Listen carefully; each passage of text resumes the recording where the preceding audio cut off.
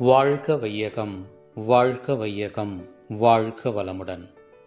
அருள் தந்தை வேதாத்ரி மகரிஷி அவர்களின் நாள் ஒரு நற்சிந்தனை. மார்ச் 18. தலைப்பு: அன்பும் கருணையும். இயற்கையை ஆராய்ந்து பார்த்தால் அன்பும் கருணையும் தான் எங்கும் எதிலும் அமைந்திருக்க காணலாம். அன்பு என்பது எந்த ஒன்றையும் உடலாலோ மனதாலோ தன்னோடு இணைத்து பிடித்து கொண்டிருப்பது.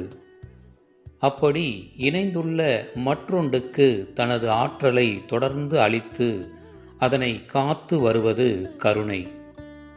ஒரு முட்டையை பாருங்கள். அதிலுள்ள அனைத்து பொருட்களையும் ஒன்றிணைத்து அதன் ஓடு பிடித்து கொண்டிருக்கிறது. இது போன்றது அன்பு.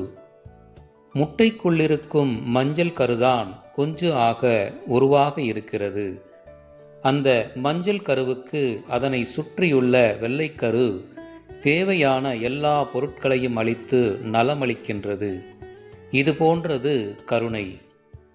ஒரு மாமரத்தில் பிஞ்சு விடுகிறது. அதனை சிறு காம்பின் மூலம் விழுந்து விடாமல் மரமானது பிடித்து கொண்டிருக்கிறது.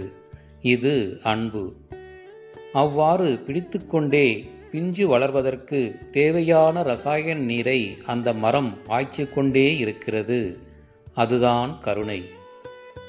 உயிரினங்களில் ஒரு குழந்தையை பெற்ற தாய் அதனை எப்போதும் தன்னோடு இணைத்து பிடித்து கொண்டே அல்லது அது பிரிந்து போய்விடாமல் கண்காணித்து கொண்டே இருக்கிறாள். இதுதான் அன்பு.